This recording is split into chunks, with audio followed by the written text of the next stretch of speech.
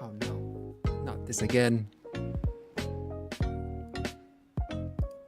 Hello, hello, and welcome to today's stream. Come on, go away, shoo. I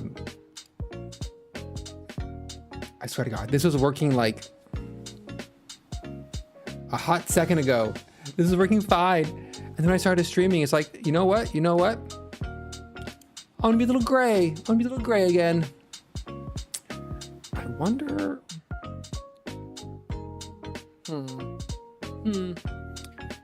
I checked this so welcome to the stream. My name is Sanish, your Elder Foxboy, here with some scuff on his capture card. Woo, scuff, woo.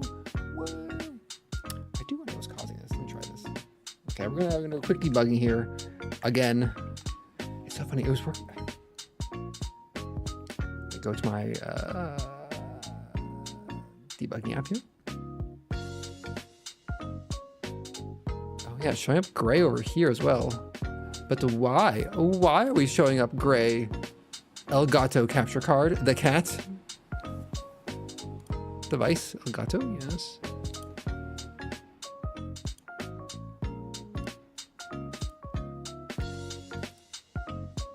Oh, interesting.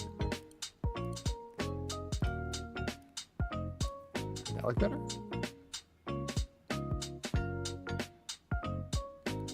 Huh. All right, there's something more color here. Here's a page with a lot more color. It's pretty close. Interesting. It's like there's an issue with the color range on the HDMI input. I'm not sure if it's in a different plug or when I started up VTube Studio and plugged that in, it's like one more USB device was causing some downgrading the signal. But it looks like if I can, I realized I'm looking at the capture card thingy on my screen. I'm like, oh, right, that's not what it's not being shared. All right, this looks a little better. Okay, yeah, that looks better.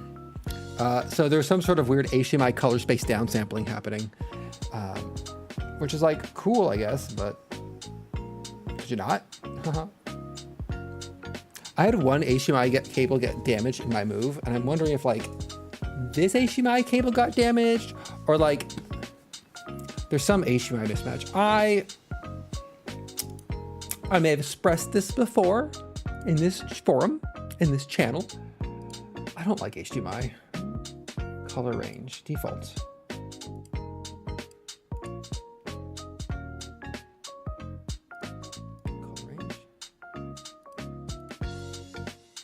Definitely a color range problem.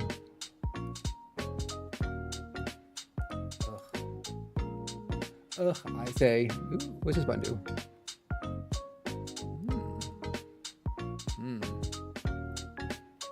Vertically, okay.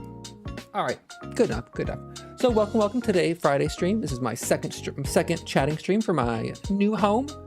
After a big move this afternoon, I have been procrastinating for, say I've been procrastinating, my mic a little bit. So I've been procrastinating for a week now on putting art and paintings up on my walls. I don't have, there's a couple blockers to putting art on your walls. One is what art and what paintings go where, blocker number one. Blocker number two is the physical act of nailing something to a wall. Blocker number two. Blocker number three is, and this is the one that gets me, lining things up. Putting one painting in one wall that's going to be isolated by itself, no problem. Easy. Lining up 3 paintings, lining up 4 in I'll just draw it out. Lining up 4, so say here's your window. Ooh, surprised. Here's my wall, right? I window, wall. My desk is right here. How do you draw a chair? Monitor here, desktop tower. So I have one painting that's right here by itself. Easy, super easy to hang this one. This is a home loop. She got like long hair coming down and a little bow tie. Very pensive, a little Pomodachi down here. That one, easy, super easy to hang. Then I have on this wall here, so let's rotating our view. I have like wall, staircase up. Then it's like desk with little feet, little monitor, desktop stand, microphone boom, me, chat monitor. On top of this, I have three paintings, and it's like getting these three to line up. I think I got it first try because I was very careful with the level and marking things on the wall with a pen and like lining up. Like this one's I have Spike here. This is Spike Spiegel from Cowboy Bebop with a little gun. I have a let's see, Raiden Shogun right here. It's a little, and then over here I have a Guts. That was a Guts painting right here. A little Guts painting. It's my big sword. And then recently I just hung I have two wall scrolls in the staircase like this, which are like the 200-year-old, 150-year-old Japanese wall scrolls. Which I always like, I have to remind myself when handling them, like, these are old Standish. Do not handle them like you're handling your cheap ass Amazon frames you bought for these guys. So lining these up was a pain. But then like on this wall, so like, imagine like these guys are offset like back in the stairwell, but then on this front wall here, I have like a bookcase. I have a plant here, a little snake plant. I have like one painting like this, one like this, one like this, and one like this. And lining these four up, God, a huge pain. Like this alignment, pretty easy, honestly. That alignment, getting these two, like this alignment across of these three, oh, it's a huge pain. I hate it. And the problem is I just painted my nails yesterday, so I'm being very careful about like handling nails and a hammer. But I'm like, I need to get stuff in my walls. I just need to get stuff in my walls. And then on the other side, I got wall. I guess it's like a TV console. Boop, boop, boop, boop. And then I have two anime display cabinets over here. So which are getting full, so I need to add a third. Like a third one's going to be coming in right here probably.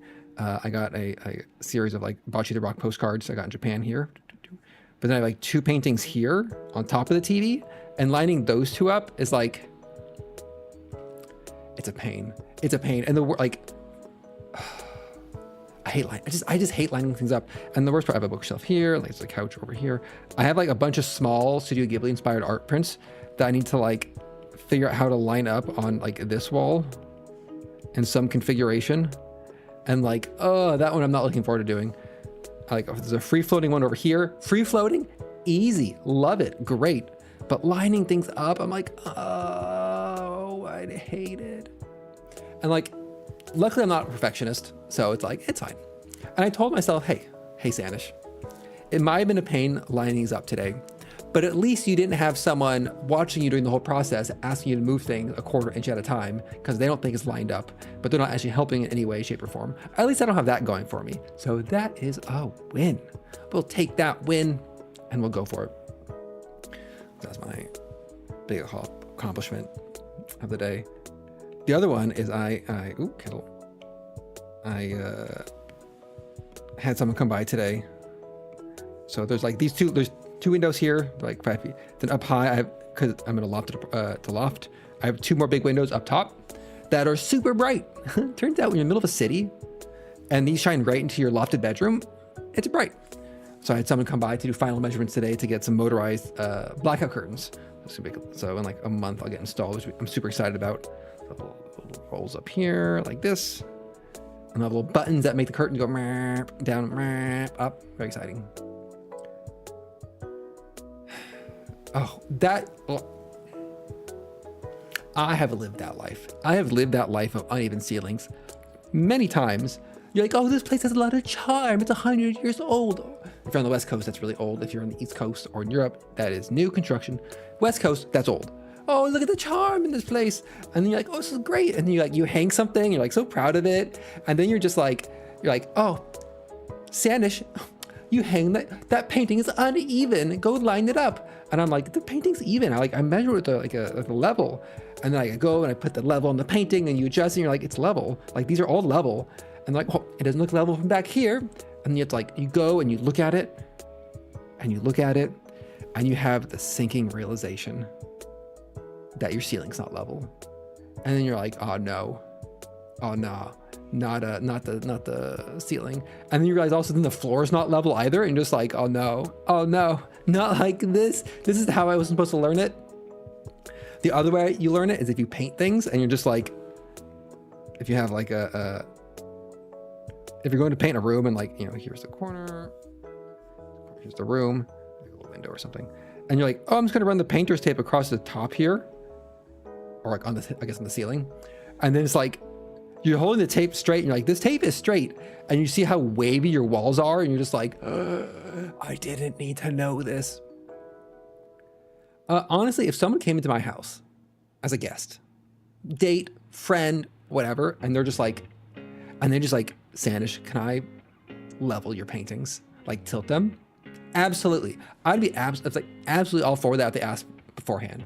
If they said those aren't lined up, then I'll be irritated. I'll be irritated at that because that requires me to do something. I've had one friend come in and she started like leveling things. I'm just like, you do it. You go for it. You level those paintings. They're going to be unleveled in the future because they're inherently the worst. All right, the worst one is what I have. I have these.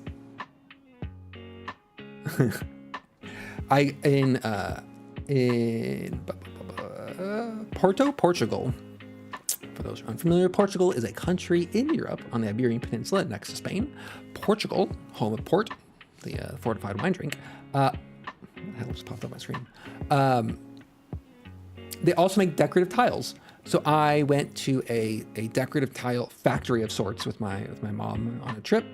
And this like they make a bunch of like leveling up on their phone, that's next level. I did see my blinds installer with like a little laser measure thingy, and I'm like, oh, laser level would have been pretty helpful. But so like in Portugal, there's this tile place where they essentially stamp the tile pattern. It's almost like a cloisonne, and they fill in the tile with different colors and they bake them, right, to get your decorative, brightly colored tiles. And I picked up 4 of them while I was there. Really liked them. Like, I always like trying to get art things when I'm traveling. And the problem is they're just tiles, right? They're like, these are, my friend, these are tiles. So I went home and I'm like, oh, I got these tiles, I'm gonna hang. I'm so excited. I bought some hooks and I'm looking at these hooks and looking at the tiles. I'm like, how do I attach hooks to these tiles to hang them? And I'm like, aha, super glue. Maybe, I'm not sure I used super glue or epoxy. I might have used epoxy, but I epoxied all the hooks on and I'm like, yes. And I went on, I measured them out and I put them like, I lined them up like, I usually have them lined like this in my kitchen. They feel very kitchen-like. And I lined them up, or the other pattern is I do them in the grid. And I realized one in particular, the hook's not level and it's offset. So one of these is perpetually, it's like, you know, it's like, this guy is like perpetually like, a little catawonk. And I could fix it. I could fix it by super gluing a second hook on a different side of it. I've tried putting those like little rubber feet on it, hoping the little rubber feet might like friction it to the wall a little bit. But it's charm. I'm calling it charm. But I've seen friends try to adjust them a little bit, like on like subtly, and I'm just like, nah, man, nah, that ain't leveling out. What I've learned, my framing lesson, this is not the top, somehow it's the topic I'm talking about. If you buy frames, this is my pro tip for the world. My whole apartment's an OCD test for visitors, nothing's lined up. When you get a frame, here's a frame, right? If you look at the back of the frame, let's say you get a wood frame, usually your 4 corners of the frame, it's got your little, like, you know, your little tabs to put the backing on. Some frames come in like to hang them on the wall. They often have like, you know, a little hook on the back here, like a little D-ring on the back. One of these like little, sawtooth guys on the side. And I'm going to say this. I'm going to say this to anyone listening. These methods are shit. Both this saw hook is the worst thing devised by mankind. D-ring on the back, mildly better, but often the depth of between the frame and the backing board makes it so this is inset, so you can't actually hook it on the wall in any like way, shape, or form. What I recommend, and once I've learned this, I'm just like, my God, this is a better way. It's just use hanging wire. Where you have like a clip here, and you just have like, you know, a wire.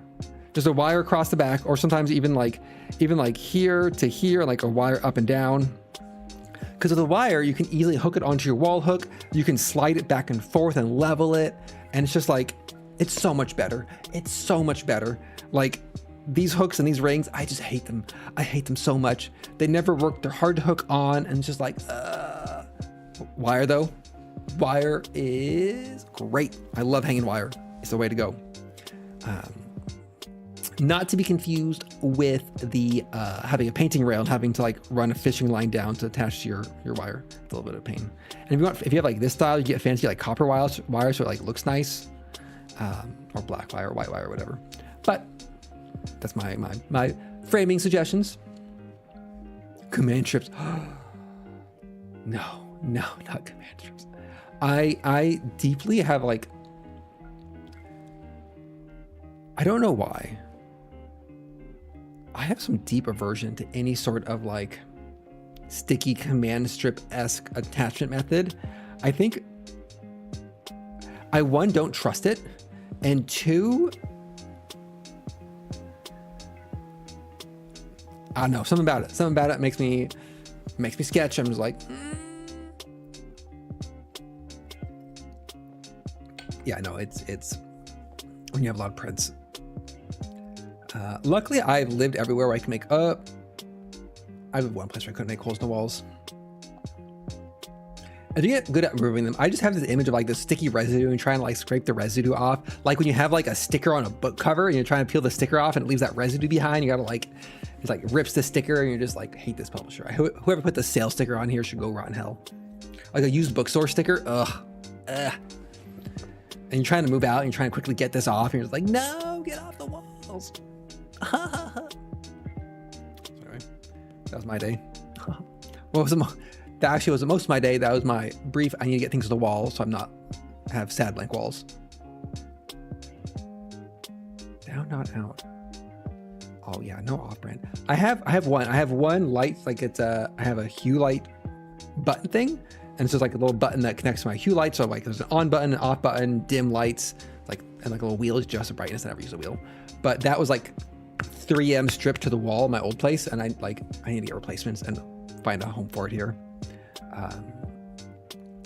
But the one that got me recently is in this unit, they had a water filter in line with the tap for the sink. Great, that's fine. I filled my water from there. Great, wonderful. But every 6 hours, 4 days ago, I started hearing like 5 loud consecutive beeps from somewhere in my condo. And like, I couldn't for the life of me find out where this goddamn noise was coming from. And like, cause like, it's 5 beeps every 6 hours. By the time you hear that first beep, you got to book it to try to narrow down where the hell it's coming from. It's kind of like the same beep that like a low battery fire alarm was giving off. And I was just like, what could this be? I thought it was my dishwasher giving me an alert. So I went like, I just unplugged my dishwasher from under the sink, like fully wholesale. I'm just like, I'm done with your dishwasher. And like, I solved it. And like middle of the night, 3 a.m. wake up the beep, beep, beep, beep, beep. I'm just like, no, I hate this so much. And then I was in the kitchen at my desk and I heard that first beep and I just sprinted into my kitchen. I'm like, where's this goddamn thing coming from? And I found out that like someone used like a command strip, and under the sink next to the water filter, they command stripped a small little black, like a tea bag size thing to the inside of the cabinet under the sink. And I'm like, I just know it's beeping. I don't know what it is. I don't know what it's for. And it's like command strip to the inside of the cabinet. I'm just like, I hate this thing. So I just got a hammer and I just pried that sucker off. I'm I'm like, this is either going to stop, I'm going to get this to stop beeping, or I'm just throwing it in the garbage and it'll be beeping in a landfill somewhere for the rest of its days. I got it off and I looked at it, and it's like, it's all it is. It's like a little thing, and just like, oh, this is a reminder button that like, well, you need to change your water filter. It'll just start beeping constantly until you change your water filter. And I'm like, fuck you guys. Whoever put this in, whoever thought this was a good idea, go die in a fire. Like, there was no light on it. It was just like, and when you reset, just hold it down and it'll beep one last time. I'm like, this is the shittiest product I've ever seen or made. There's no button on it. There's no reset. It's just like, it had one word, it was like water drop on it. And I had to go like water drop black button thing and like find out what it was. And like, I'm just like, this is terrible. This is terrible. It's just beeping. And then the owner also had, there was like several other water sensors that were left on the ground next to the water heater and things. So I'm like, fine, like, I guess I'm fine with, but I'm just like, things that randomly beep without notes or written instructions or anything on them. I'm just like, I hate things that beep, especially when it's like, if it was beeping like once every minute or once every 2 minutes or something, like honestly, that's a little better because you can narrow that down real fast, right? But like once every 6 hours beeping 5 times really loudly as a reminder to change a water filter.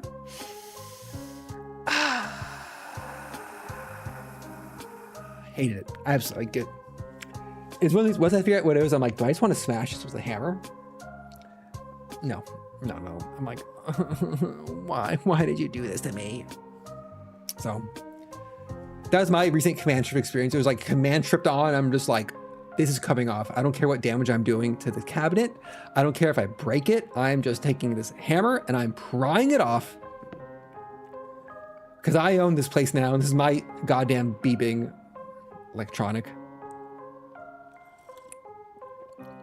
I find as I aged, as I matured over the years, my tolerance for like notifications, random emails, I did choose violence, things that beep randomly, all like my tolerance for these things is 0. A random light on something that's illuminating a room, I'm just like, it almost felt like one of those like those, you get prank devices that look like this, that like they beep randomly and you just like stick it in your friend's house somewhere. One, don't do that to me. I will disown you and never let you within the Tri-City area of my persons. But it is like very much a, like, this is how you drive someone mad. It's that inconsistent beeping and you're trying to sleep and you just moved in and you're worried about like your plumbing and your other things and you're just like, oh, something's beeping at me. I was getting so stressed about it.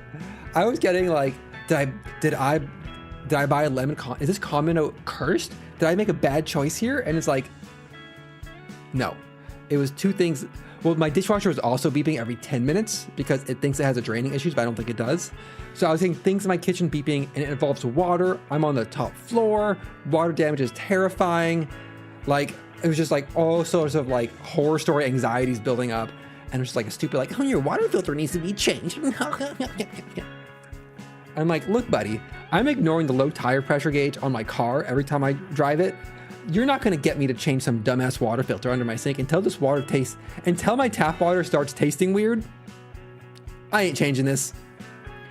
Because it's not like, it doesn't go bad with age. It's based on usage. It's fine. It's fine. It's fine. Totally fine. So I did fill my tires and then the alert came back on. And then when I got my oil changed, they said my tire pressure was fine and the light came back on. So I think my tire pressure sensor itself is off. And it's fine. I don't drive very often. Haha. Haha. Look, I don't. Yeah. Well, I think I'm telling myself it's the sensor. Because replacing tire pressure sensors is a huge pain in the ass and expensive. It is a 2017 Honda Civic. Yeah, I know. I think I just need to like do the reset because I don't think I reset it properly last time I filled the tires. You're supposed to fill the tires and then like it's supposed to be not on a hot day, not on a cold day. You fill the tires and you have to drive for like 35 minutes at like 15 to 45 miles per hour in like warm weather or something for it to recalibrate. So it's like, I'm just like, I don't care. The tires look fine. The tires look fine. I don't drive very much. So I'm just like, it's like it's like I have a big chip in my windshield. I'm just like, it's fine. It's fine.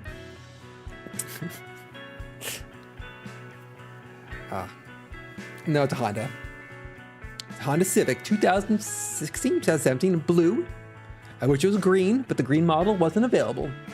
And then I saw someone in my same city driving the model I wanted. I'm just like, oh, they have the cool green two-door Honda Civic. Oh.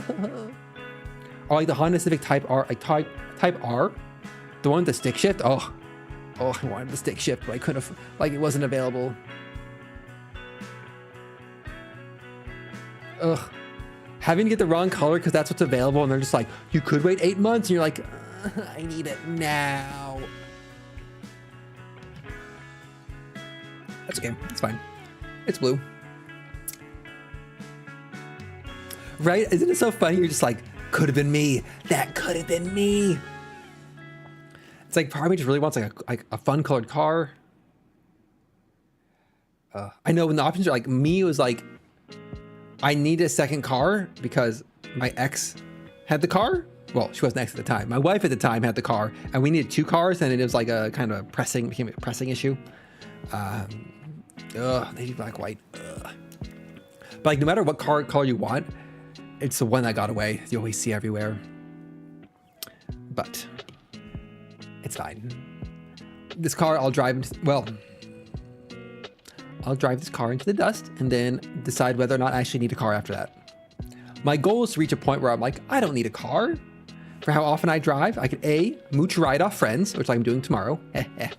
B, do like Ubers or public transit as needed. The Lulu. Or you just get a white car or a black car and get that sweet Hatsune Miku wrap. They're not that expensive. I think I looked this up, and like a car wrap is only like, okay. For what it is, it's expensive. In the grand scheme of things, it's expensive. In terms of a cost of a new car, it's like a couple $1,000s, and you're just like, I could get this this anime wrap in my car. The temptation is there. I think if I was regularly commuting in my car again, I would consider it. I noticed like I was putting anime stickers on my car when I was driving into work, but the minute I stopped driving very often and like my car mostly sat in my parking garage, I'm just like, my motivation to get stickers on it did drop. Yeah, see, I did that once, but I don't think it recalibrated after the reset properly. Next time I get my oil change, I'll deal with it. I'll deal with it at some point. At some point. I think my problem is I don't have a tire, like a easy way to fill the tires. Because I looked at gas stations and they're all like, we take quarters and dollar bills. I'm just like, I don't have quarters, dollar bills. Oh, I think I have a spare tire.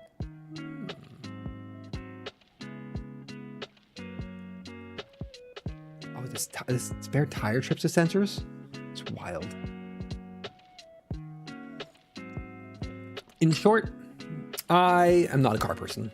I think that's the lesson I've learned in my life. I have enjoyed my problem is, something just flash on screen, or am I like hallucinating? I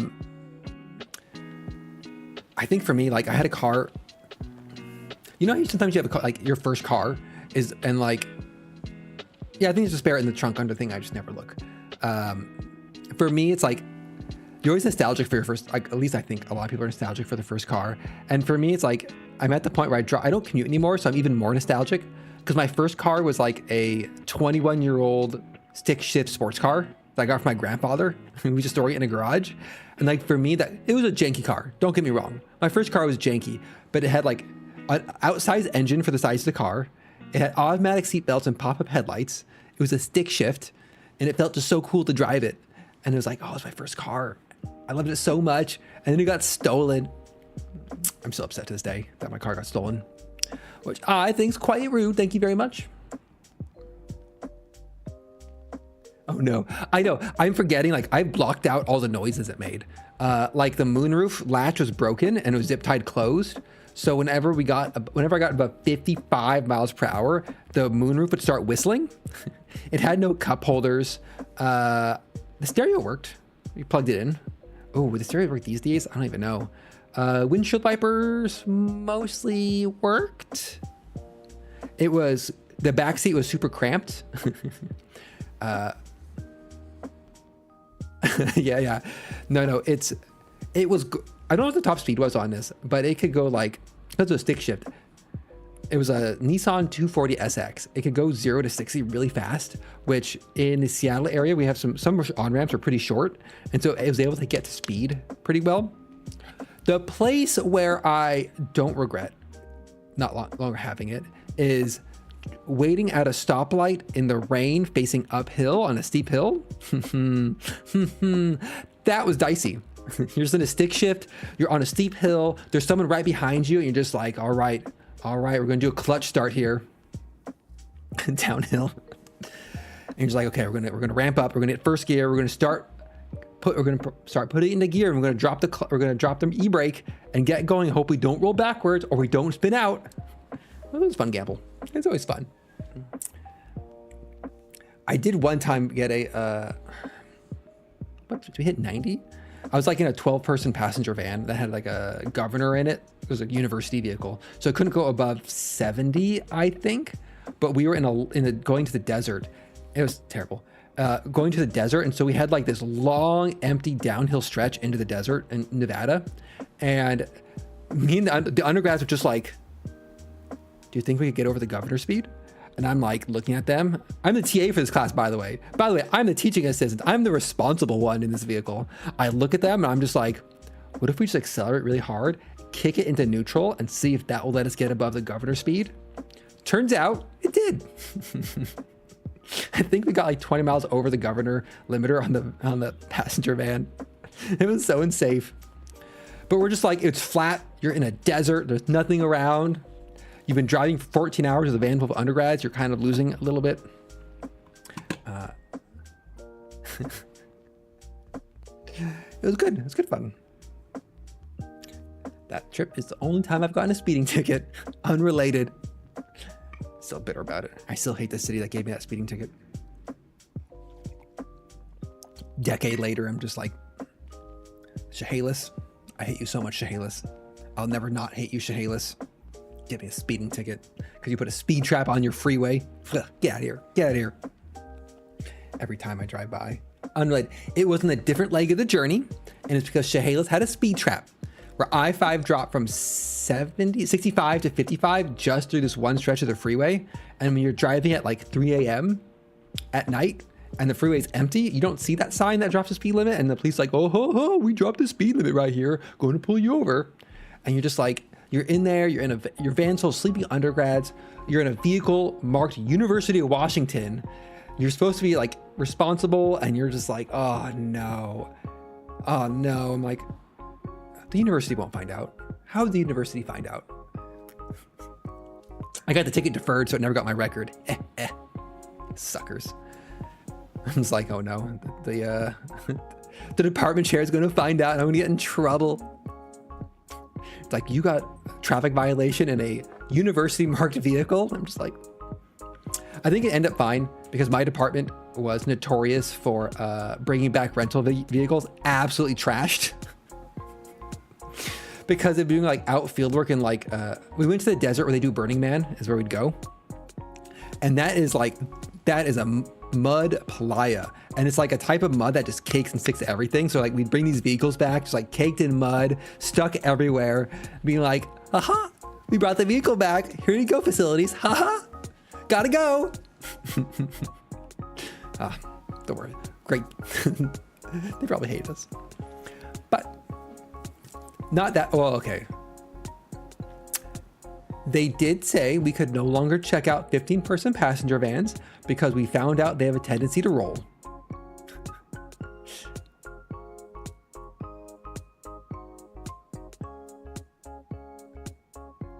Oh, my black Prodigal Son. Jesus Christ.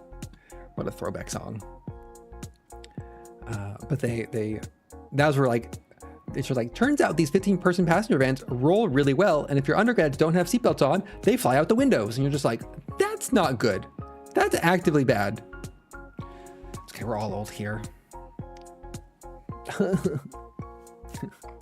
And I will say, it is strange sometimes being like in your late 30s as a VTuber, and you look around, like you're on Blue Sky or Twitter or like looking at other streamers, everyone is like 19 years old. They're like, oh, I'm still like, after my college finals are done, I can stream more. You're just like, you're what?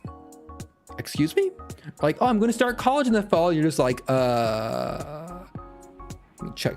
You are half my age. And you're like, are you allowed to be on the internet? It's fine. It gives perspective and wisdom. Oh God, I've not had that. Oh, turn to, I think the one that got me to turn to dust was, I have a friend who's like 22, 23 in the Discord server. And he kept saying like, oh yeah, you were born in the 1900s. And you're just like, ugh. Ooh, oh, that hurts. I don't know why that hurts. Then you own it. You're just like, yeah, I was born in the 1900s. You can't make me feel cringe, Gen Z. I'm a millennial. We were there for the trials of fire before cringe existed. We were there through Vine. The 1900s. I know the 1900 kills me. I kind of like it though. Like, yes, I'm old. Before sundials, we had dial-up internet. Before our own eternal September. So, all right, unlike last time, I'm gonna try to do this. So today, I had this idea. I'm like, Sanish. I've been drawing recently chibi heads, right? We go over here. I've been drawing chibi heads. The next stage, which I realize I need to do, is one, learn a little bit more about how to draw these better, and two, how to draw chibi bodies. And I said to myself, Sanish, you don't know how to do that. I'm like, fair. So I'm trying to learn these things. So I went to the old Google. Oh, I didn't Google. I saw an artist I like. This all stemmed back, roll back, looking for artists to commission a 2.0 model. I saw one whose art I liked, and I'm like, I really like their art. And so when you see someone's art, I usually go see like what sort of commissions they have available. Just one for pricing, and two, maybe they have something that I want to commission.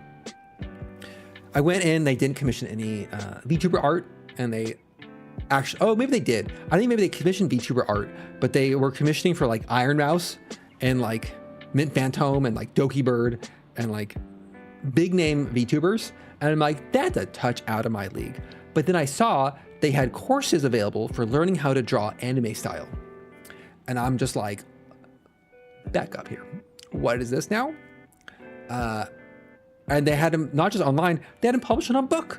And I'm like, it's in a book form. And it was on Amazon. I'm like, oh, the book's on Amazon, great. That was in the back of my head. I bookmarked it. Didn't think about it. This week I turned around. I'm like, oh, I want to like use some reference to get to draw better. There's that book. I'm like, you know what I should do? Does my off chance, does my library have this book on drawing anime? And lo and behold, it did. Not only did it have it available as an ebook, it had it available to borrow. The joys of being part of two library systems. I also, in that same search, realized I'm back in city limits. The city library here had a bunch of Yuri manga available. I was able to put on holds. So I finally read the green Yuri book everyone talks about.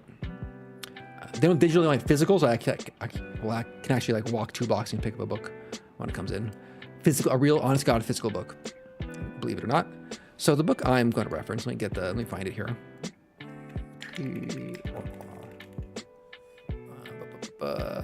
Is this the link I want? Nope, that wasn't the link I wanted. I want Chibi Art Class. Just link it here. Oh, yeah. At least in the Puget Sound area, my 2 local libraries, Seattle Public Library and King County Library, both have a bunch of manga, both in physical manga, physical light novels, and then also a bunch of available online manga and light novels. And that was revelatory. I'm like, I could just like read all these light novels and like binge all this manga.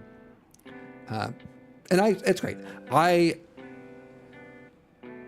Since I'm older, I try my best to legitimately acquire all my content and media because I can't afford it and I do want to support the authors in various ways. So getting it from the library when I can, that's great. But then sometimes the library does things where like we have volumes 1, 2, 3, 4, 6, 7, 8, 10.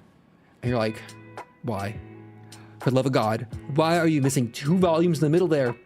And then you just want to like just shake a librarian and be like, where are the missing 2 volumes?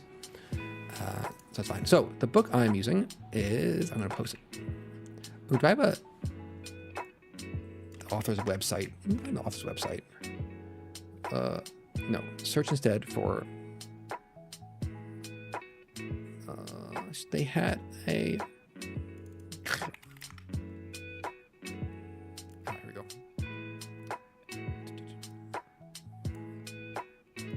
Okay. I want to use their link that they prefer. Well, no, these are digital books. No one can steal them. They're digital books. They're just missing 2 volumes. All right, so here's what I'm looking at today. Where's chat? Everyone's on YouTube. Let's go to YouTube chat, YouTube Chatto. Just to give credit to the author of the book I'm referencing. I'm not sure, is this a good book or not? I don't know. I'm not gonna put recommendations out there, but it is what I'm using. And what it has is a bunch of basics, like here are the proportions to drawing manga, and I'm using draw chibis, like, you know, 2-head chibi, 3-head chibi, that sort of thing. But there's step-by-step instructions on how to draw, like here's a finished character, and here's a step-by-step on how to draw it. So I want to go through one of those step-by-steps. Not like sketch, not like tracing, but just like freehanding it. As practice. And they have one that's a cat boy, and I'm like, perfect. Perfect. Thank you, library. Wait. Oh no. Uh-oh. What the? Oh, that's weird. The scroll wheel of my mouse wasn't skipping pages, it was skipping sections, and I got very, very confused by this UI. This did make me realize, because it's an ebook, that I'm like, I don't have an ebook reader on my desktop. How do I go find one, which is kind of a weird thing to do. All right. It's also the books for drawing with physical media, not digital, which is fine. Now I'm nervous. I think I haven't drawn in a while. First off, okay, let's get rid of, oops. Let's go get rid of all these. Goodbye, farewell, ta-ta. Something else I was going to say before I started.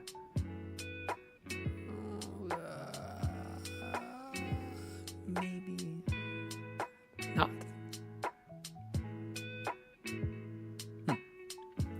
Maybe I said it last stream, but I did start my 2.0 model commission, which I'm excited for. I'm not excited for the bill. I'm excited for the model. The main things I'm going for are a much more expressive model, so a lot more detailed face tracking, expressions, movement available, like range of movement. Like, I can't move my head that much. A little bit, but not terribly much. My eyes are somewhat limited. Eyebrows, a little bit. And so that should be 3 to 4 months probably. I'm not sure if I'll do like, I probably won't do like a big, like, here's a huge debut stream, my new model. It might just be low key, like a chatting stream where you do the like introduction that way, show off all the toggles and stuff. But I'm excited to get that done. I'm not excited. I'm not excited to pay for it. Each model has been 10x the cost of the previous one. And I'm like, no. But my friend pointed out, you're doing this a lot. You're greatly enjoying it. And it is cheaper than some hobbies they have spent money on. Like, it's cheaper than a carbon fiber mountain bike. And I'm like, that's a reference. Well, to be fair, my first one was like free. If you want to know the cost, it's like, my first one was free. My second one was a pre-made Etsy model that was like $10. Then my current one was $300, $350, $350-ish for this current Standish 1.0. And the next one is like $4,000. Is it overkill for the size of my audience? Maybe. Am I doing it because I want it? Yes. Is it blowing out some of my budgets for the year? Perhaps. But you know what? There are worse things to spend money on. Probably better things to spend money on. Like I got a quote for putting a garbage disposal in. It was $3,600 for a garbage disposal. And I'm just like, maybe I don't need a garbage disposal. Essentially, I got 4 bills this week for $4,000. And I'm going with 2 of them. And one of them, I'm just like, maybe I'm fine. Maybe I don't need a new dishwasher. Maybe I don't need a garbage disposal. And if you're currently wondering, like, why the hell is a garbage disposal $3,600? It's because it requires rerouting the main sewer line as well, because of the way the kitchen got redone, because it doesn't fit currently with the pipe configuration. And in a major urban city, trades cost a lot more. But I'm doing this as a fun hobby, not as if I was streaming. If I know, I'm like, maybe I'll just compost and get like a little in-sync strainer thing. That seems fine. Automated blinds, $4,000. Those are worth it though, so I can sleep at night. But if I was sitting here trying to stream as a revenue source, as a career to make money to support myself, this would have been the wrong financial move. This would have been 1,000% the wrong financial move, because not only have I made $0 streaming, I, due to my employment contract, cannot make any money streaming, nor do I, honestly, nor do I want to. Once you start like it's a side hustle to make money, and just like, oh, it takes the joy out of it. I'm doing this because it's fun. The minute it stops being fun, I'll reassess, but it's fun now. Especially when I'm stalling the actual drawing I said I was going to do. But it's one of those things, like, I know some people are like, so I work for a major video game publisher, and in that contract, it is a conflict of interest to make money from any other essentially video game related activities, which include streaming on Twitch and YouTube.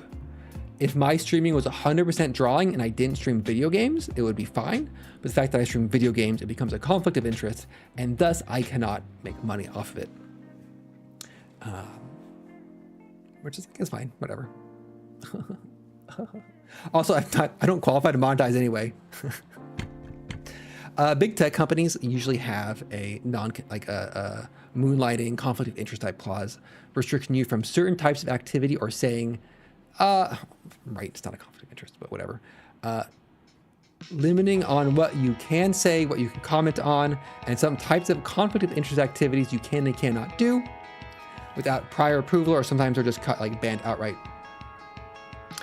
Non-disclosure, like, that's 100% on the table. Like, no, there is things I'm super careful about and sensitive about, and NDA related things I'm super sensitive about, because that's how you get fired. Haha. And not in a like slap on the wrist, like, oh, Sanish, you leaked that release date. No, that's like, you're fired and blacklisted from the industry. Which I don't think want to be blacklisted from the industry, but like, I'd imagine it happens. It's like, oh, you leaked the release of the next Halo game. It's like, no, we're not going to do that. We're not doing that here. But it is silly for the streaming side of things. I think it's because the conflict of interest could arise if you are in a personal capacity streaming games made by the company and making money off of them. Or it could impact, like, I don't know. It's a bit restrictive. I know other game companies aren't as restrictive on the streaming side of things. Indie game dev is another place I'm restricted. I can't, with approval on the title, I can do indie game dev. I just cannot share the results or talk about or collaborate with the results or anything about it. And that is our primary business is making video games.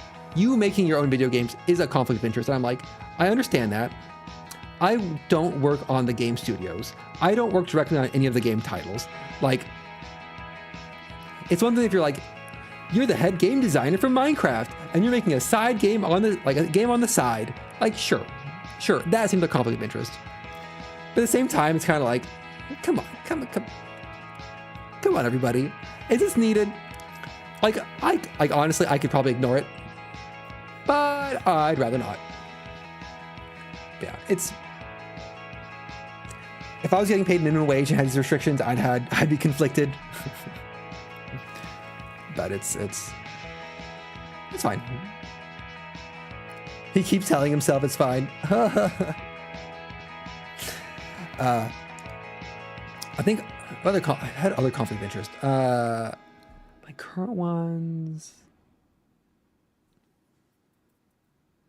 I think Microsoft.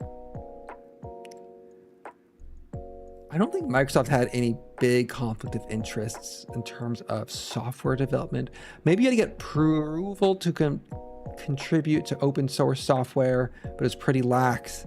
And then there's always the disclaimer that my point of view aren't don't represent my employer of blah. But I'm like, I'm not going to be sitting here saying that in every stream or listing out who my employer is. Like, this is anonymous-ish.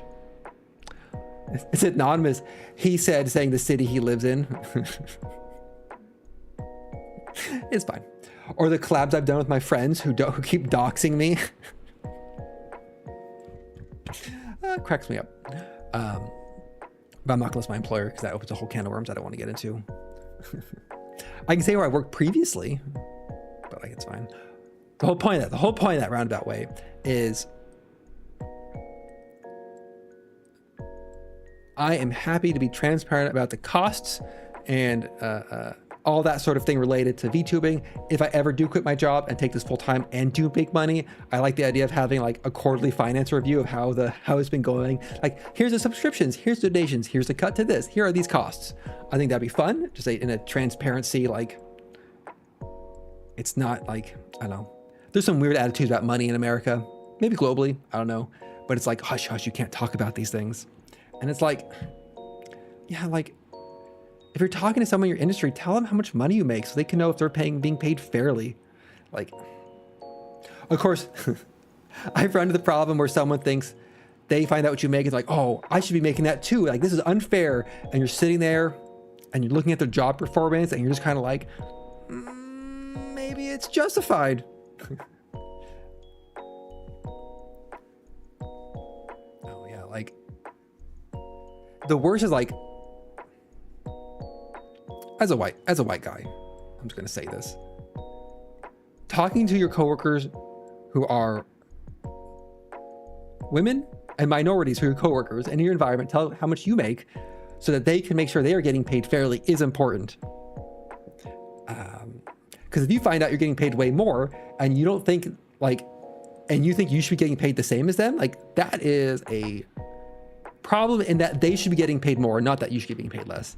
I'm never a fan of no employee should ever get their wage dropped. Everyone else should be brought up to get paid more across the board. Rising tide, etc., etc. Everyone should get paid more. In summary, everyone should get more money. If you hot political take. See, exactly. That's also bad. You should get paid more.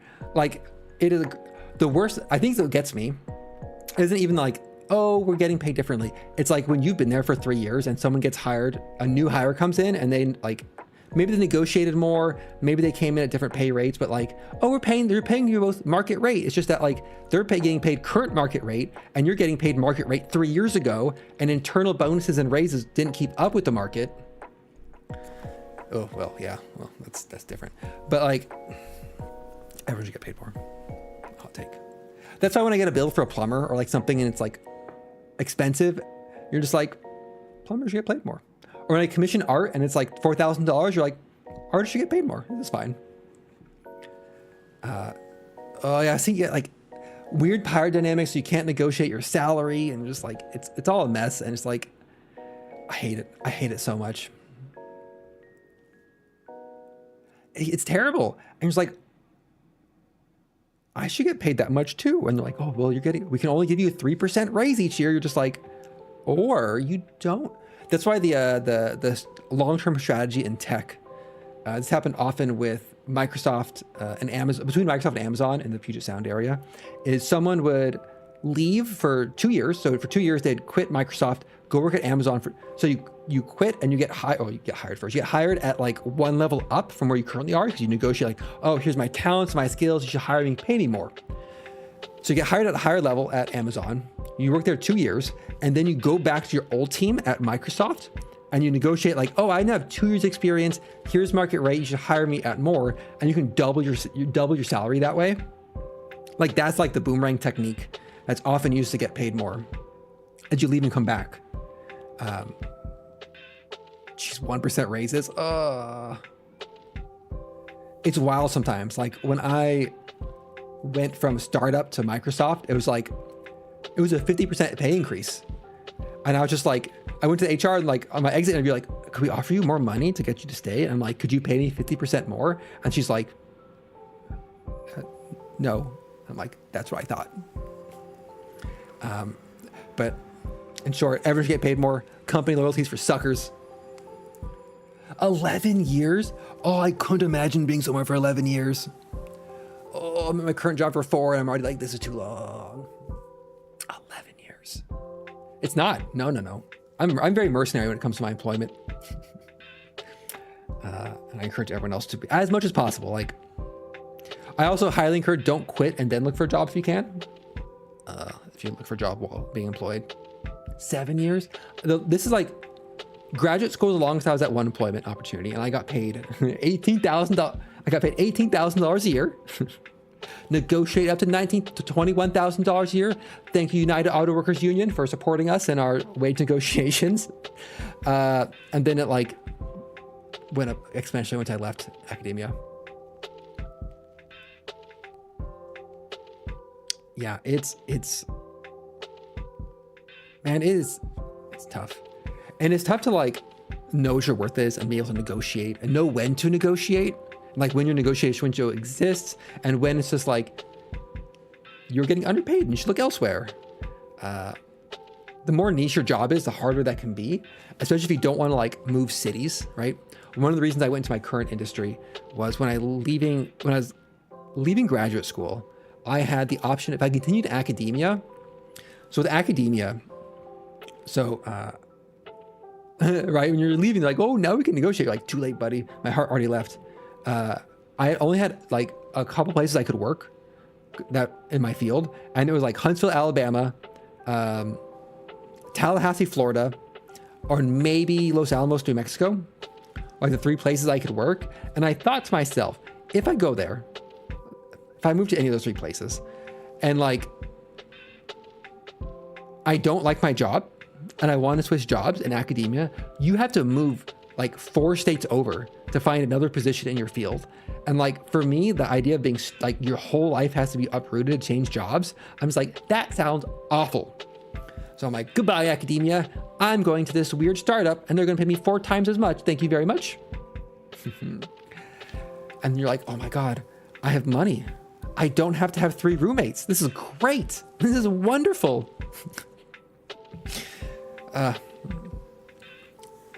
But yeah, it's the strategy, and it also varies by industry as well. And like, I hate it. I hate negotiating. I hate all that, but it's necessary. I've tried sometimes and it's worked great. I've tried sometimes it didn't work. Yeah,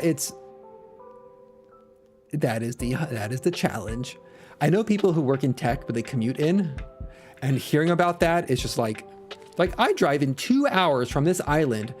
Like, I live on this island in this rural area, and I take the ferry in, and I drive through city traffic, and it's 2 hours each way, but I love living there, and I want to work this job. And you're just like, my God, my God. It's, I don't know, a lot of people, I'll say a lot of people glamorize tech, and it can be shitty in its own way, but all jobs can be shitty. At least it's not like, whoop. Sorry, iPad. But it is definitely, it is on the easier side. I'll give it that much.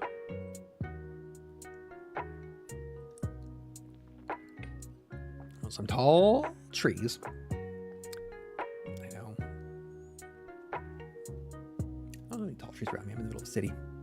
But if I drive 20 minutes, I can be like tall trees. It's not like some of the cities I visited in like the South, like Austin. I have not been to many cities in the South. I've been to like Austin and Huntsville. Or what I've heard from some of the cities where they're just sprawling forever and ever. At least in the Seattle area, it's like once you're out of the urban areas, you're pretty much just like, you're in a national park. Oh, yeah. Except the snow between Tahoe and Placerville. I think I had a friend who grew up in Placer. I think she grew up in Placerville. Wait, between Tahoe and Placerville.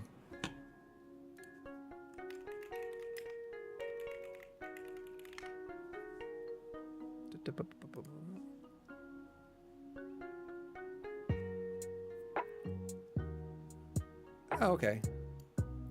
Yeah, Pollock Pines. I see it on the map. Oh, okay. So my family is from Nevada City, Grass Valley area, well, Nevada City specifically. And so that's where I go back every other year or so. So just the other freeway, other freeway to Tahoe. But below the snow line, not above it. Well, mostly below the snow line.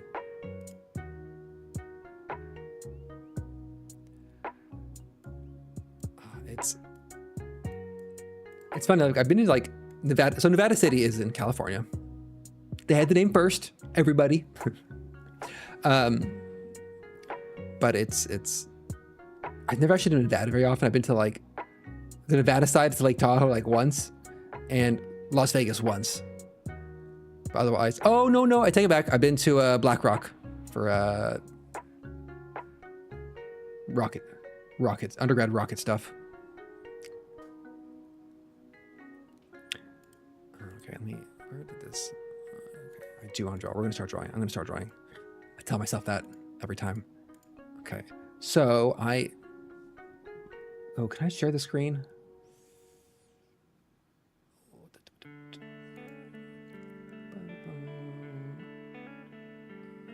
Window capture.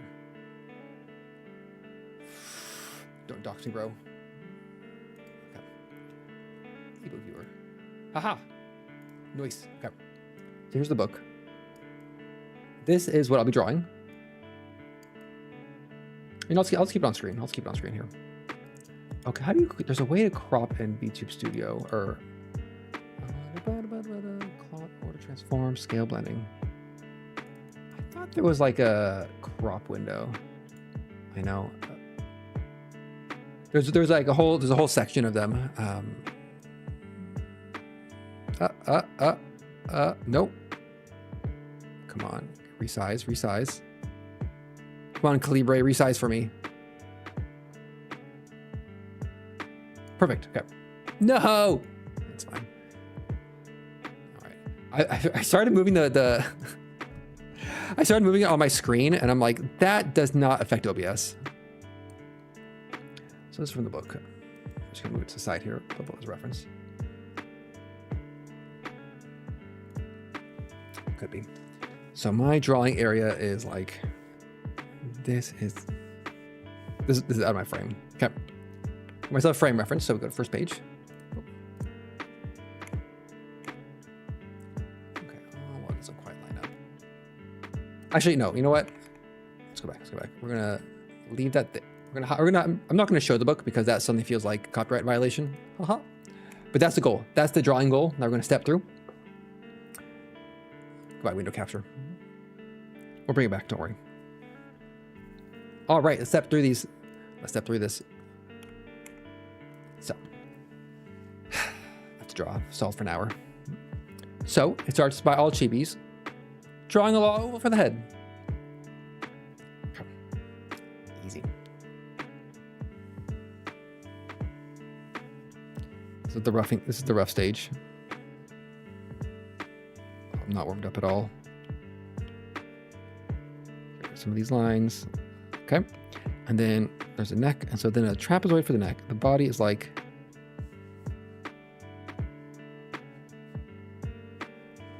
It's posed, which is like... kind of bean shaped.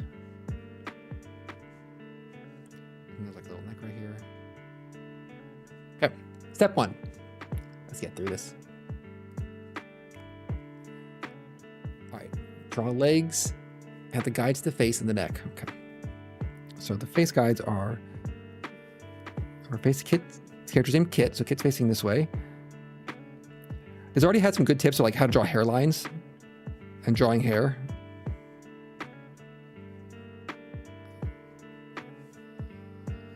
It's gonna be pretty sketchy.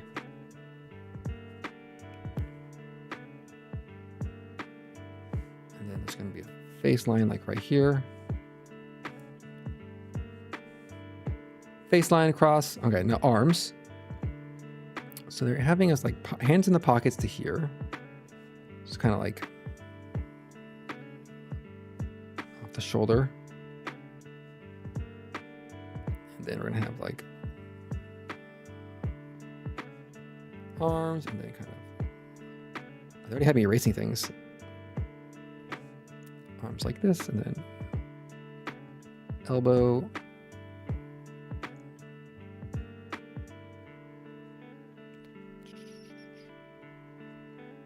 Got the sketching going.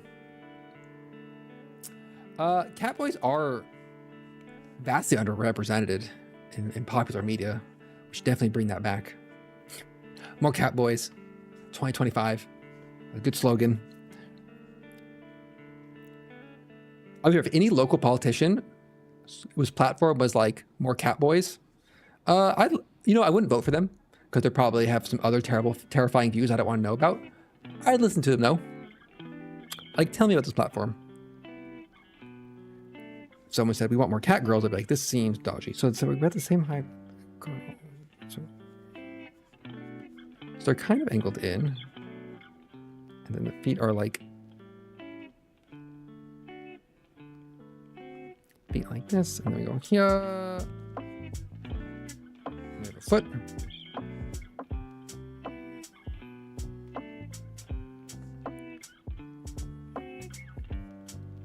Oh no, I messed this foot up. Look at that lean. So be it.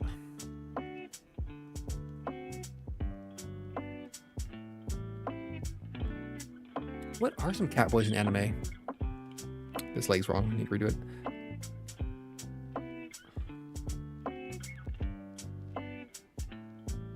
No, you're right. Like,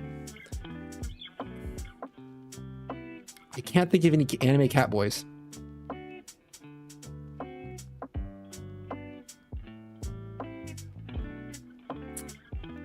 Oh, plenty of cat girls. Cat girls, dime a dozen. I've seen wolf boys. Genshin Impact, but cat boys, huh? Someone call Mappa and be like, please make a cat boy anime. Felix from ReZero is a cat boy. Felix from ReZero. I've seen cats. There's some cats, but not cat boys. Yeah.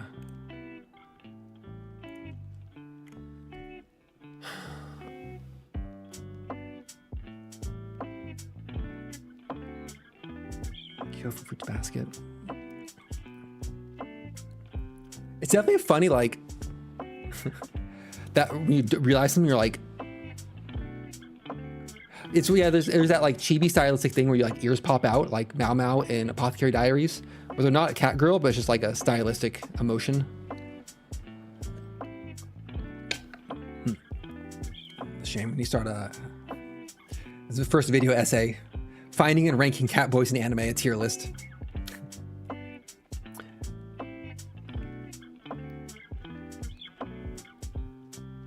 Next layer.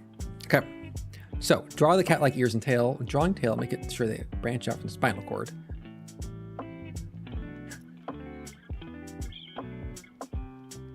Oh yeah, cat men as beast men. I think that's...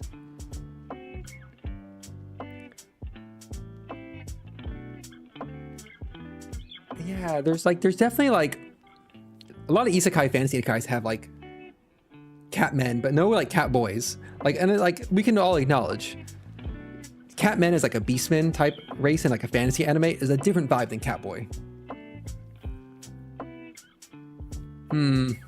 Dubious. Okay,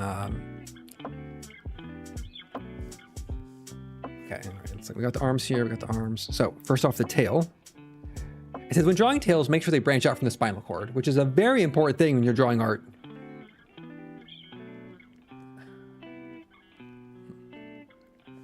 I mean, the spinal cord is like, I don't know anatomy. What am I talking about? I don't know what a spinal cord is. So rude. Cats are just neglected.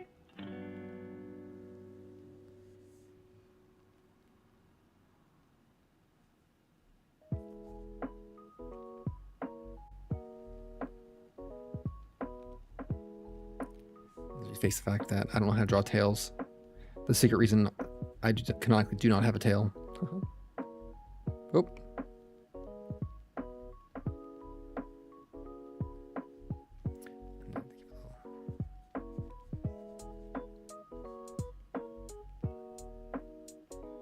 Okay, tail, check.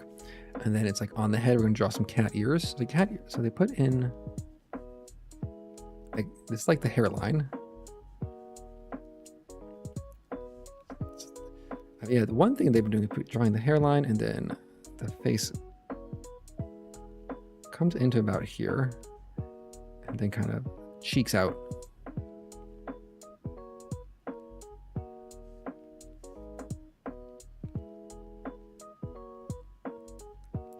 And then it kind of goes in and it kind of, and then from here it kind of goes up and around for the head.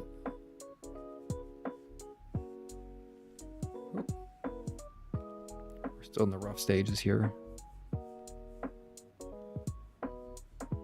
Okay, it's better. A little bit better head shape. We're gonna do some layers, and then the ear. So the ear starts from the hairline here, and there you go. Kind of go like. God, look at me drawing cat ears. What? How the mighty have fallen, and then.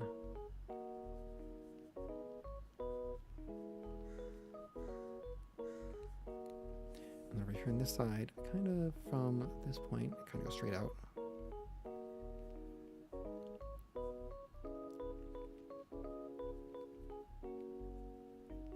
Kind of easy, and then kind of like here, and we're gonna have little cat ears in the top. Now the facial expression. So they have the facial expression. They have like eyebrow.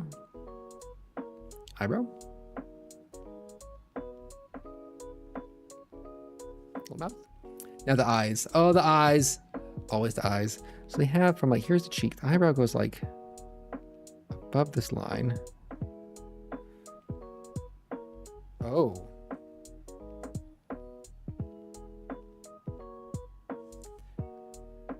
You know what?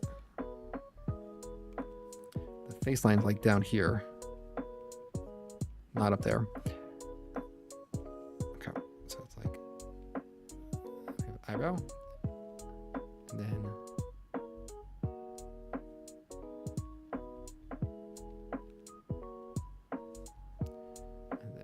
over here we have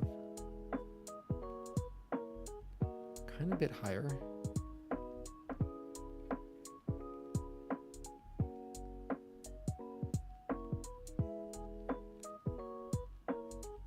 A line like right here.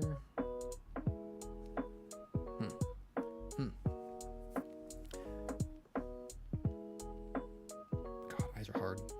Dear everybody.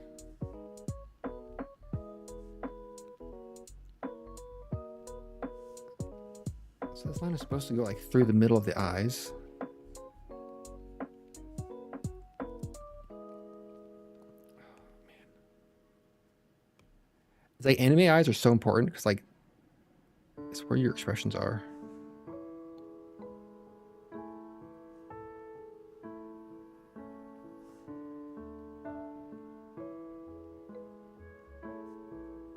It's not long enough. Here we go. And they filled them in.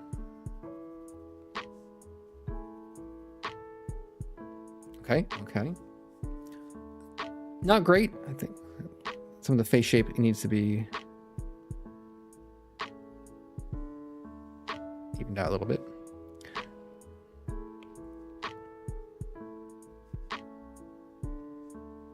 Let's delete some of these lines. Could be better, could be worse. So let's practice, right? Next layer. And then new layer. All right, step 2 or step 4. Draw the rest of the fucking owl. Almost.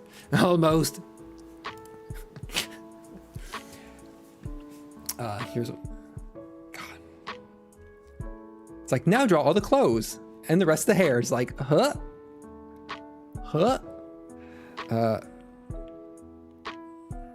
Okay. Thick straight hair, a varsity jacket, a fish patch on the sleeve, t-shirt, jeans, and sneakers. Easy. I don't know. I think this is why I like this is me. I checked out from the library and I'm like, how can I practice and learn from this library book? And it does have step by step. So I'm like copying step by step to get the practice in is good. Is this just what art books are like? And there's is there a method to method to approach it that I need to like here is the I need the book on how to use art books. That's what I need. All right, here we go. We got the ears. If the eyes aren't changing. So we're gonna add the hair and the jacket. There's always that strategy. So they said like,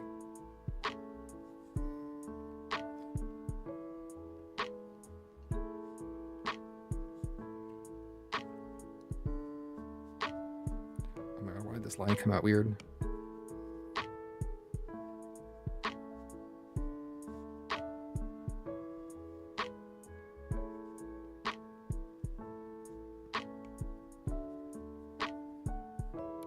Got some creases in the pants, and then we're gonna get the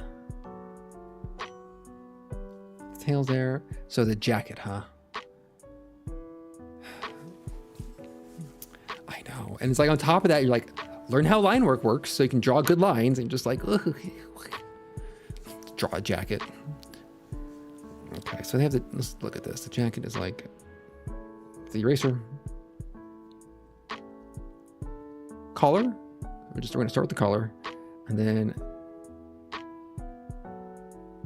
elbow comes in, and then from the shoulder, it's kind of goes like, and there's like a crease. I think that's supposed to be a crease or just like a line.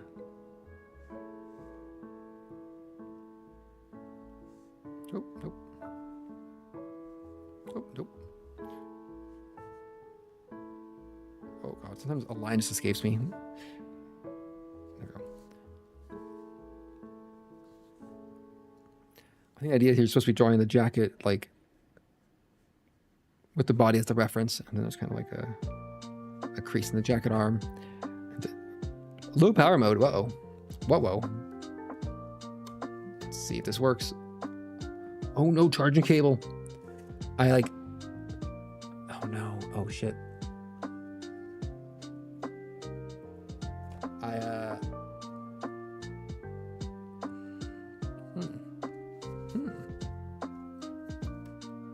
Don't break everything. Hup.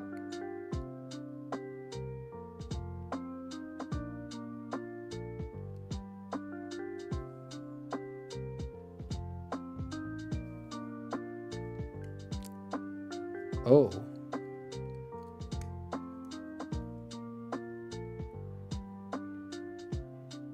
Uh-oh. I tried to...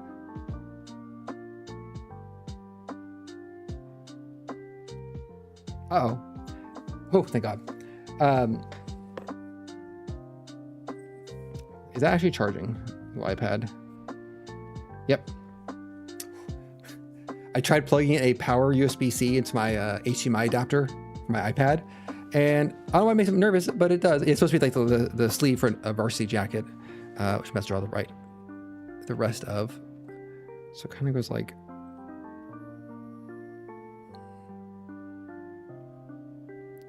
And then there's the sleeve comes on the back here. It's very much like oh yeah, just draw a varsity jacket. And we're like, thanks. Button, there's like a little collar on it. Like I picked Chibis because Chibi drawing is supposed to be a little bit less detailed and easier.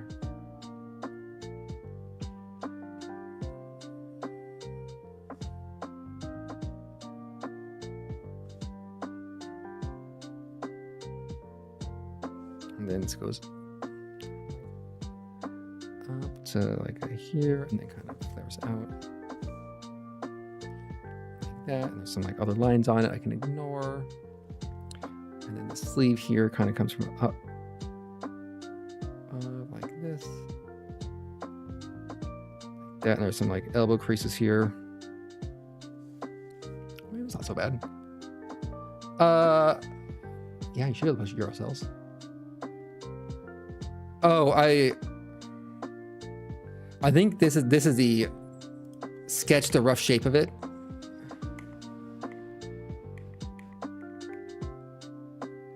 God, there is a.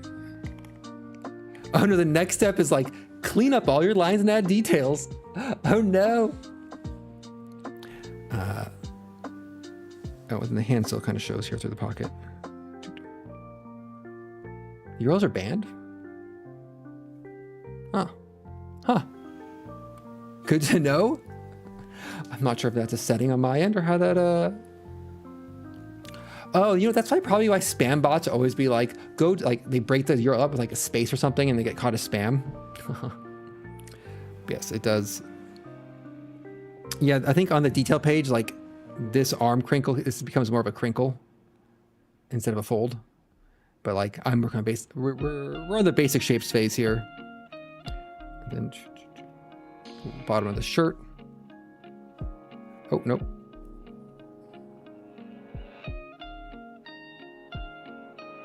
And there's like some like punch here, like a line. Okay. All right, now for the hair. Oh boy. God. Draw blocky, low detail hair. It's just like, my friend, this is not blocky, low detail hair. Who in the right mind? All right, so we're gonna go.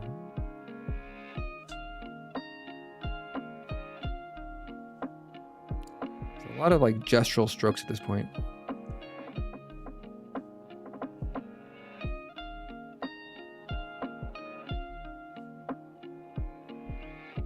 Gonna copy their hairstyle here.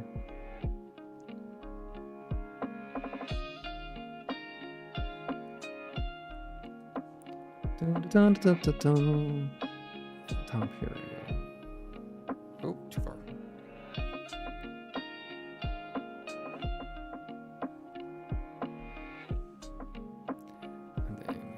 Here, that was a guiding line from before. I guess it's pretty, the actual hair here is pretty low. Actually, it is pretty low detail, okay. There's not much going on up the top here, and then over here, we kind of go. Like, is this better than just like a random online tutorial? Don't know. And then we have, there is one hair here. And then this goes.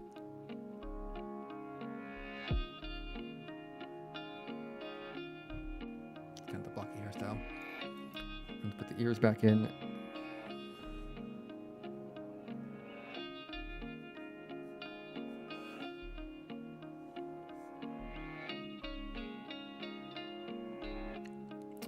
That or so, and then kind of they haven't cross-hatched. Oh. All right, I'm gonna call that good for now. Clean up eraser. Add tufts of fur and hide ear along the cold seams and see. It's very much the like draw the rest of the owl. So we're gonna. So this is supposed to be done with pencil. Just like lightly erase everything and redraw. But we're going to just drop opacity down and make a new layer. Boop.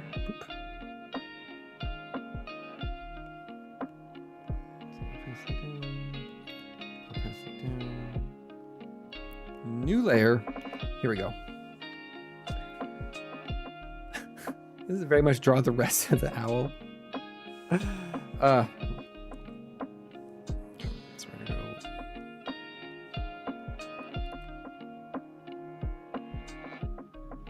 Nope.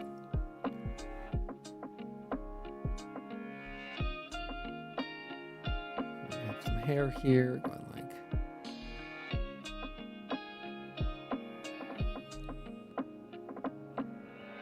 this, and then from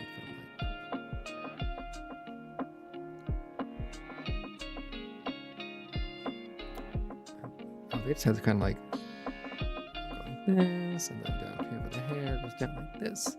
Am I drawing this out of the right order? Probably.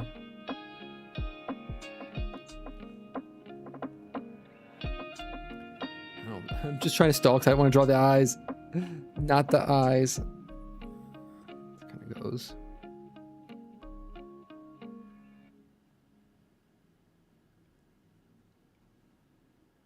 And then we have, this is a thin strand, and then it kind of continues like.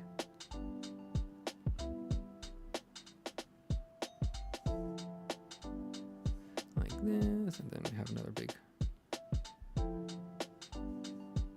here like this, and that kind of goes back up, and we have a little like whoop right there. Then over here the side of the face, it's kind of like a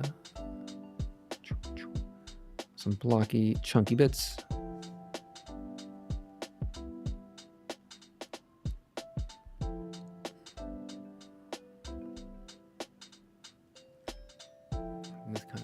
Oh, then this hair kind of go like this, and then ears. Like ear down here like this. Oop. And then have a little like boop, boop, boop, boop. A little fluff in the ears. Gotta get the ear fluff in, otherwise, what are you doing? It kind of comes in and then boop.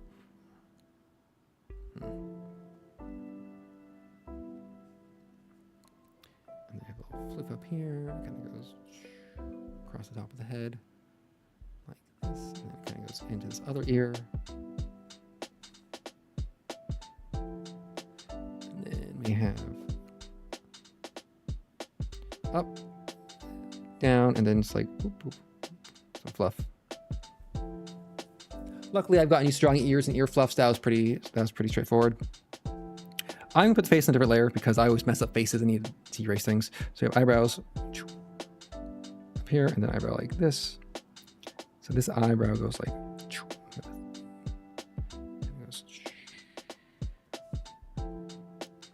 and then over here, and it's a line on top, and over here, another line on top, and then kind of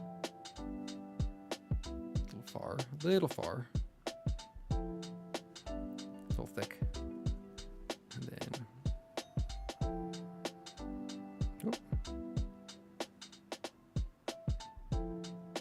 I feel like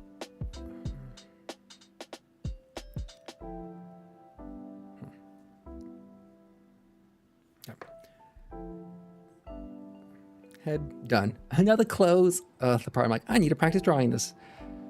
This left eye is really not. Something about this left eye is like escaping me.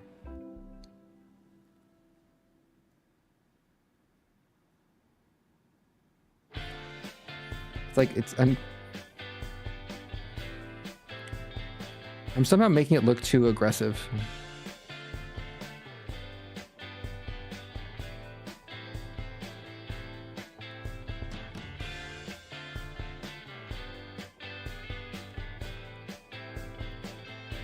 All my characters have dead, aggressive eyes.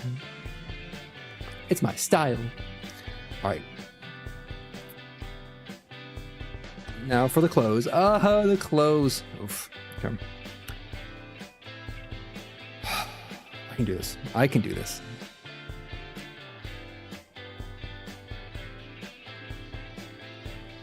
I'm gonna have a sleeve, and it's kind of like comes down here.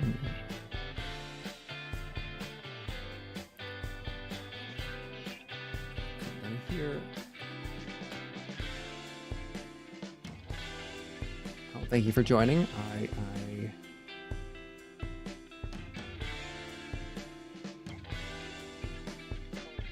currently don't have a public-facing Discord available. Because I don't like talking to people. Haha. And then we have a pocket here for the hand, which I kind of beefed that. Whoa. And then it kind of goes back to here, and then jacket comes down. I guess jacket's not so bad. And then t-shirt up here is like boop, boop. And the bottom of the jacket kind of goes down. God, the details they added is very much like draw the rest of everything else. Because it kind of like loops around the back, which makes sense for the leg to come through. There's a line there. Then this side of the jacket, which is we're going to struggle with. There's the neck. I guess there's the neck there. And then, what's going on with this collar? I mean, I know how collars work, in theory.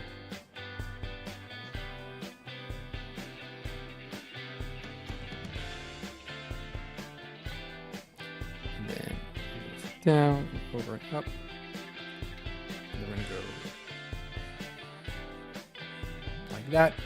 Oh, that's supposed to go into a shoulder. Oh, there's a shoulder here. Okay. Yeah, makes sense. There's a shoulder panel, right? On the varsity jacket.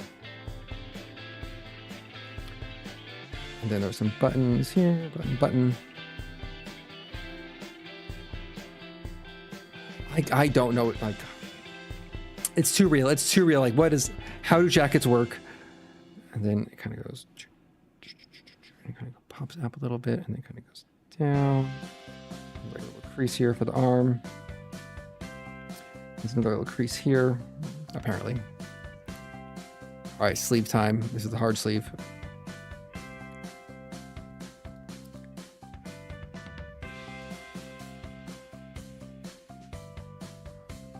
I'm gonna call that good. And this kind of comes out, poofs out a little bit. Goes in. And then there's like a His elbow came out a little too elbowy. It does poof out and not just like there's like a line here. And there's legs and a tail.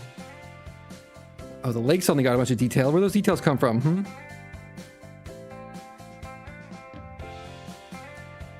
then it kind of goes across and there's like a little bit of rumpling at the bottom of the pant.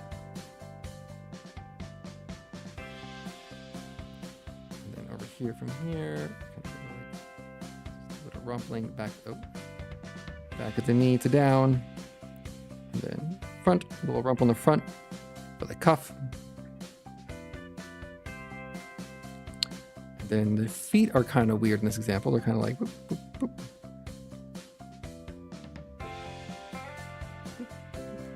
Oh God, that was not the line I wanted.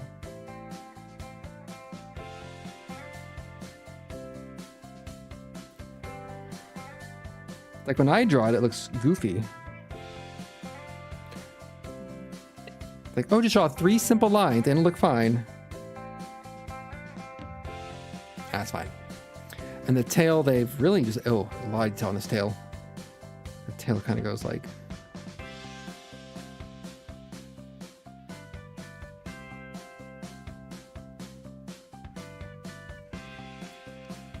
And there's like a little bit of like.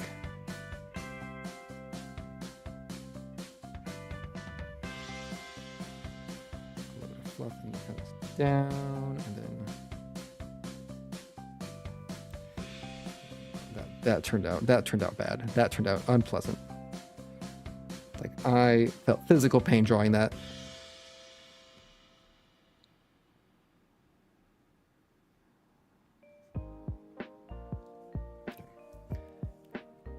And then we take off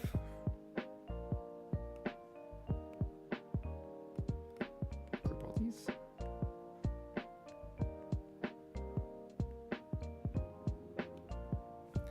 Not great. Not bad. Using your fine liner, go over your pencil lines. Draw on the lines, make sure to vary thickness, add more depth. Yeah, just vary your pencil lines to make more depth, everybody. God. When drawing the hair, press lighter towards the ends of the strands, make the ink dry before erasing the pencil lines. Oh, they added even more details. It could be the fact that, like, the scale I'm drawing at. What's happening over here with the pants? And there's like a little gap between them. So they added a bunch of details. Like they added like a crease along the pants here. So they added a detail there and like on the cuff. And the shoes have little straps on them. I'm really flubbing these shoes. Tail's done. That's done. There's like a lot of extra like detailing on some of these pieces. Like a little fish icon on the sleeve. Pocket. Probably just my pen strokes are kind of maybe a little too big. The problem, they went and added a bunch of like, their redraw is definitely better.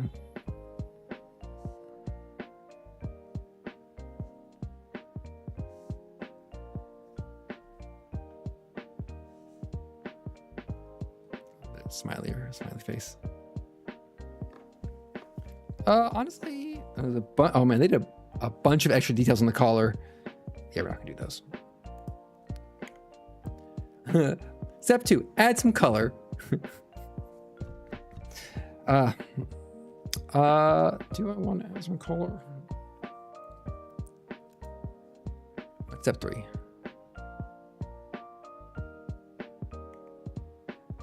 Okay, it's add base flat coloring and then shading. I'm not sure many for shading and coloring. But here's what we got so far. This is their version.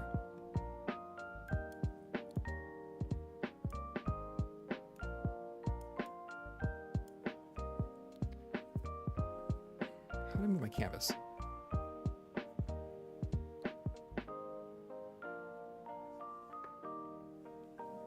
Oh no, I'm not gonna make standard colors. I'm probably gonna leave here on the drawing for this drawing practice.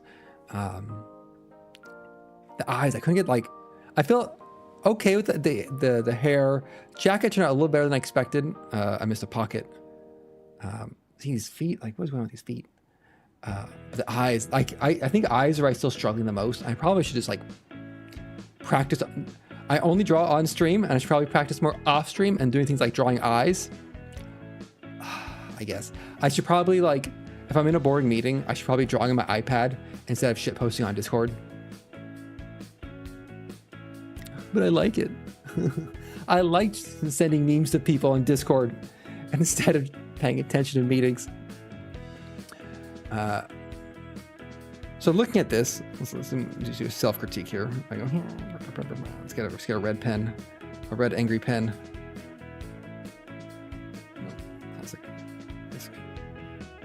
So, self-critique. 1, my hair wasn't down far enough. I couldn't get the eyes, are big problems, always. Hair's fine. I think looking at the major difference between the two is pen thickness. Like, if you look at how thick the details are around the collar, on mine versus the example. The example is using a much thinner pen, and maybe also might be drawing it on a bigger sheet of paper, potentially. Oh, they add some extra fluff to it, which I mean, like, I'm using a. Also, did this go like gray again? Like, I am using a digital medium. I could have just like, you know, dropped to a thinner pen to do like. In fact, I have a thinner pen right here. I could have just done the whole thing with a light pen. You know, then it'd be like.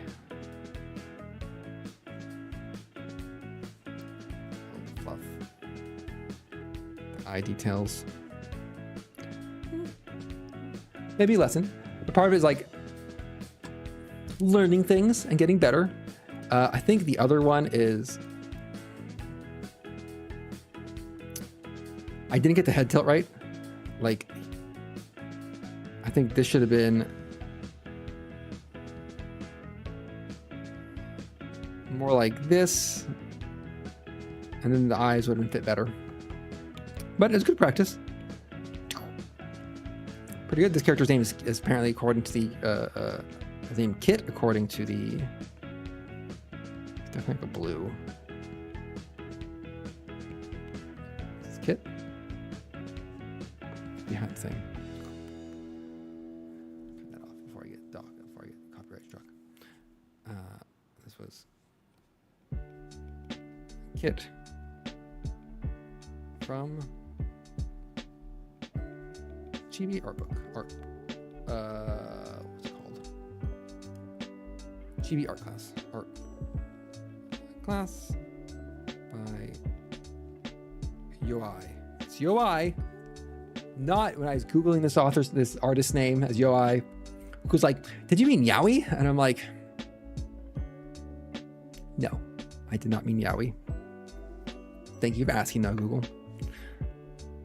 I'm going to assume you suggest that to everybody. And that wasn't a custom recommendation. But there we go. We drew something today. Ha! Look at me drawing something. So they have like 4 others. There's a Goldie, a dog girl. There's Cotton, Cotton's a twin-tailed fox. I might do that next time. There's a demon bat character. I don't care about the bat character. And then a ladybug themed one. But actually, maybe next week I'll do the practice for Cotton here. More fox ears, twin tails, more complex poses.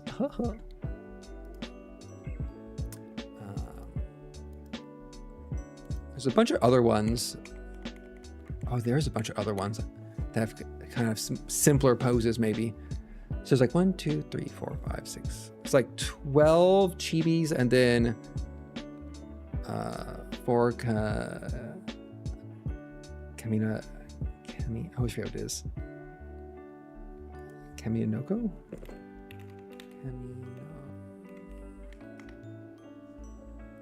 There they are. Right, is that pandering? So I'll probably draw that Cotton character next time. The same process. See if I learn anything, and kind of as a way to get myself to actually practice drawing details and different poses and expressions and angles and all that sorts of things. So you get that practice in. Slowly improve over time. And I think probably likes having when chatting, having the drawing pad versus the kind of down here instead of like the static chatting window. I think I like the drawing pad because it's the VTuber equivalent of talking with your hands. I'm just like being able to draw on the screen. Oh, sure. So I might wrap things up here. Let's see. Anything else I wanted to say that are super important? Hangings by pointing. Work stuff. I started. Oh man. My Rimroll stream yesterday going for 3 hours really hit me in the like, that's right, Rimworld sucks down my entire day. But I will not be. If I didn't have plans for all day tomorrow, I definitely would have streamed both days for Rimworld. But for my own health of sitting still for 3 hours, it's probably best that I didn't. Let me check a real quick looking in the horizon. I think I have this set up for next Friday as well. Nope, get wrecked. I don't. Bye-bye. I'm doing a welcome to the neighborhood bar crawl on next Friday.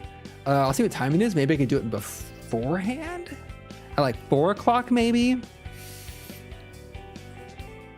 Maybe I'll see. Because I definitely want to keep it up. I like having the Friday end of the work week, chatting and drawing streams. It's just fun. It's just fun. And then, oh shit. Not next weekend, but the following weekend, I'm out for a week, going to an adult summer camp. Homebrewed adult summer camp. God, I forgot I have like so many things scheduled in like. I have so many fun things to like, and like socializing and touching grass scheduled in August. I've just come through like 2 months of like stressing about buying a house and moving that I'm just starting to come out the other side and being like, I can hang out with people and have fun and socialize. I have energy to do that again. This is amazing. Like the last 2 nights, my friend messaged me at like 10:30 and be like, do you want to play some finals after dark? And it was very much a like, last 4 weeks I've been like, no. But I'm like, well, I could play a little bit of finals till 11 p.m. And I'm like, that's right. We were like getting to this habit of playing late night games together. And I heard that's fun to do. It's fun to do. And so I'm happy to be past my like major stressors of the year. Hopefully for the year. Well, I take it back. I have a 3-week trip to Japan in November, and that is 100%. You're going to see me chock-a-block full of anxiety in the week leading up to that trip. Not for any good reason, but just because I'll be anxious about travel. That's always how it goes. I've done it before. I've been to Japan several times already. There's nothing new. Oh, I mean, it's all new, but like, I know the motions. I'll be anxious. But that's in the future. That's in the future. For now, my next stream is going to be Sunday morning at 10 p.m. Pacific time, 10 a.m. Pacific time, which is 11 a.m. Mountain, 12 Central, 1 p.m. Eastern, 6 p.m. Europe, 6 p.m. to 8 p.m. Europe. It's going to be 2 a.m. in Japan and Australia. It would be like 9:30 a.m. or 9:30 p.m. in India.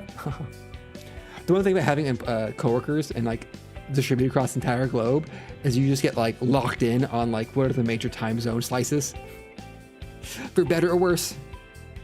You know that India's off by half hour. You know what time zone Europe is. You know what time zone Asia is. It's life. It's life. Growing up, you're just like, oh, I can convert between Pacific and Eastern time. I'm so cool. And it's like child's play. Absolute child's play. Converting 8 hours backward is the rough one. Anyway, anywho, I hope everyone has an enjoyable rest of their Friday. Thank you all for joining me today as I go through this Chibi Art Class book. After an hour of stalling, chatting, as is always the case. And as always, I am your apparently very in the VTubing community, very elder VTuber, Sanish, corporate burnout, Foxboy, etc. And I will look forward to catching and talking and chatting to everybody the next to my stream. So, bye-bye, everybody.